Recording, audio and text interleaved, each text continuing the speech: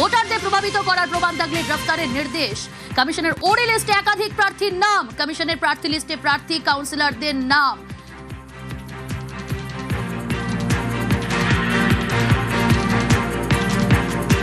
আর এই ঘটনায় খুব স্বাভাবিকভাবেই শুরু হয়েছে রাজনৈতিক চর্চা।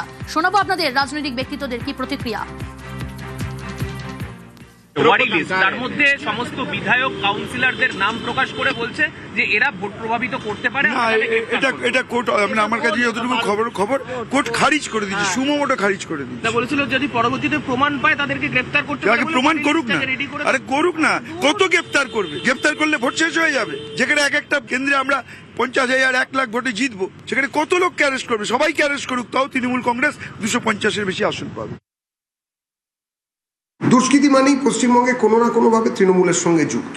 যে কোনো দুষ্কর্ম, সে মহিলাদের ওপরে হোক, সে ব্যাংক ডাকাতি হোক, চাকরি চুরি হোক, কয়লা চুরি হোক, চাল চুরি হোক, যে কোনো ধরনের দুষ্কর্ম সব দরজা গিয়ে তৃণমূলের দরজায় গিয়ে ঠেকেছে এবং সমস্ত সুতো তৃণমূলের হাতে রয়েছে। দুষ্কৃতিকারীরা তৃণমূলই হলে কি দুষ্কৃতিকারীদের ছাড় দেওয়া যাবে না? যে যেখানে আছেন তার বিরুদ্ধে যদি এরকম কোনো ইতিহাস থাকে, তাহলে সেইখানে ঐতিহাসিক নজিরবিহীন ব্যবস্থা নেওয়া উচিত, যাতে কিনা ইতিহাসের কোনো রকম পুনরাবৃত্তি না ঘটে।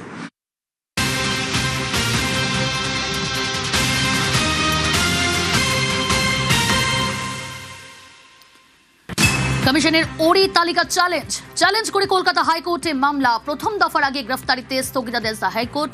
কোর্টের নির্দেশের পরেও কেন 350 জনের লিস্ট কমিশনের? এবার কলকাতা হাইকোর্টে মামলা দায়ের। কবে শুনানি রয়েছে আরো ডিটেল জানবো। অর্ণব রয়েছে আমার সঙ্গে সরাসরি। অর্ণব,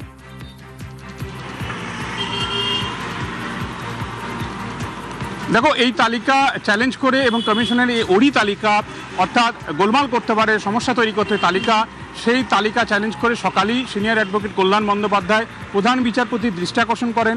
অনুমতি দিয়েছেন প্রধান বিচারপতি জনস্বার্থ মামলা দায়ের করার জরুরি ভিত্তিতে। সেই মামলা দায়ের হয়েছে এবং কিছুক্ষণের মধ্যে প্রধান বিচারপতি ইতিমধ্যে নতুন বেঞ্চ একটা নির্দিষ্ট করেছেন যেখানে এই মামলা শুনানি হবে। বিচারপতি অরিজিৎ বন্দ্যোপাধ্যায় এবং বিচারপতি পার্থ সারথী সেনের ডিভিশন বেঞ্চে এই মামলা শুনানি আর কিছুক্ষণের মধ্যে শুরু হতে যাচ্ছে।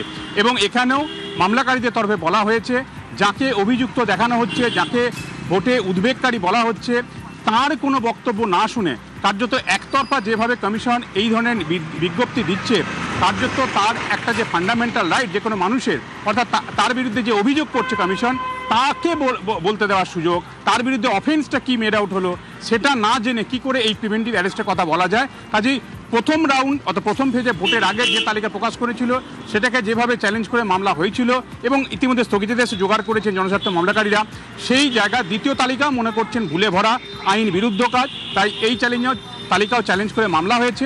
মামলা দায়েরের প্রক্রিয়া সম্পূর্ণ কিছুক্ষণের মধ্যেই শুনানি শুরু হবে বিচারপতি অরিজিৎ বন্দ্যোপাধ্যায় ডিভিশন বেঞ্চে। অর্ণব, ধন্যবাদ।